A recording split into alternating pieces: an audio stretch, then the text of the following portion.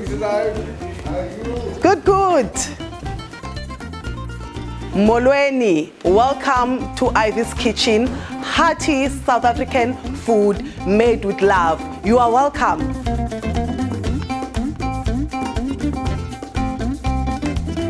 I have my medium raja, mild raja, my stocks, chutney, salt, and my baked beans, including my grated carrots will be going into the chakalaka. 7 colors, I know them from my grandmother, so it's like the after church meals.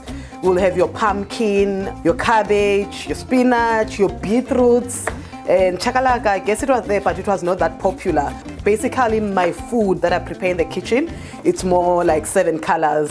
I always encourage people to come and have those 7 colors at Ivy's Kitchen. So putting in my carrots, my raja spice, curry spice, just 1 cube of stock, half a spoon of salt. Okay, as you can see, everything's starting to mix in together and the color is changing.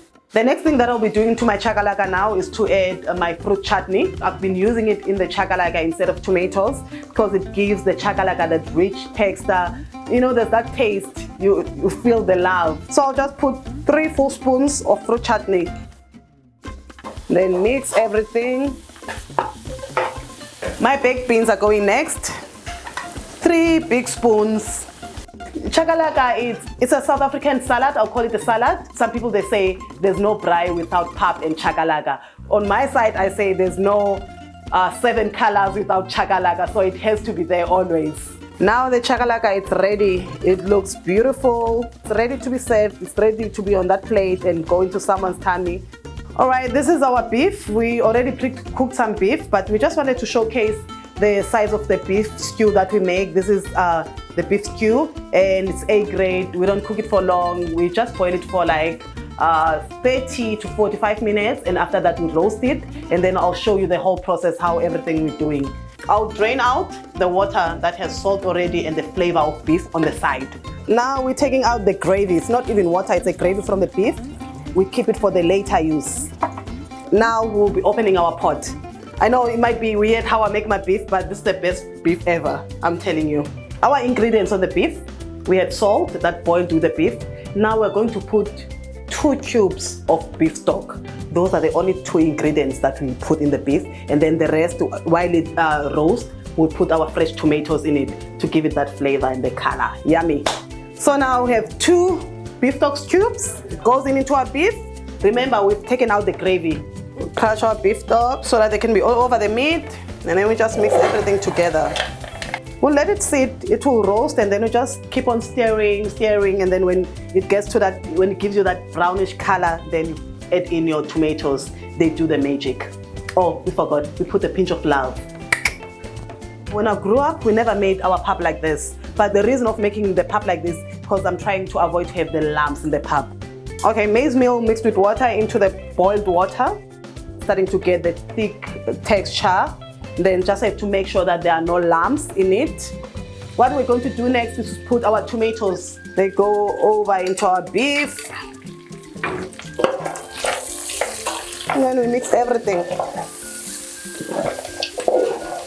So now we'll be going back to our pap.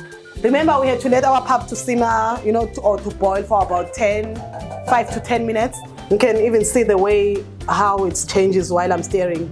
So now we'll close it so that it can simmer. It's not gonna take long to cook. It's just about 5 or 10 minutes. We'll stir it twice and then it's cooked. There's that smell that you get from the pap when it's cooked. You start smelling the maize meal being cooked away. So now we're going to stir the pap now, and then we close it again and then open it again last time, and then it's cooked. Mussels are made from pap. So the free-range chicken, we call it umlekwa. So umlekwa is a chicken that I grew up knowing that, you know, your grandfather or your grandmom will have the chicken in the yard. So whenever you have to eat chicken, you don't go to the shop, you just take it from the yard. You slaughter the chicken and we eat. It tastes delicious. So that was one of the foods, you know, African food, and something that we thought we should introduce at Ivy's Kitchen as part of the African or South African meals, umlekwa. So now we put our salt so that it can, cook with umleqwa. And then that's what we put only for now. And then when we see it like it looks nice and tender, not too soft, then we'll take out the gravy and roast it a bit, giving that color, brownish, that appetizing color. And then we put back our gravy in it and we let it simmer with the pot lid open so that the gravy can be nice, smooth, and la la la la. Right now we're preparing our tribe. It's a sheep tribe. It is very important to wash it. It needs thoroughly washing because it has sand, and you need to make sure that you don't serve food when the customer, they take a bite, the face doesn't look nice. It's like they've eaten lemons. So you need to make sure that you clean it. It needs time, it needs patience.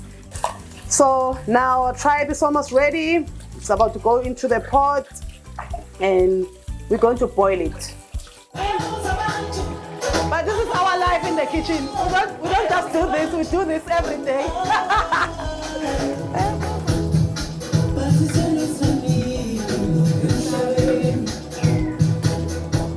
This is some of our nice meals at Ivy's Kitchen. Beef and pap, that is inyama yenkomo nepapa. Ulusu and isonga samanzi, that is fried and steamed bread. Umngqusho and umleqwa, that is hard body chicken and sempe and beans. Thank you so much for cooking with Ivy's Kitchen. Until next time.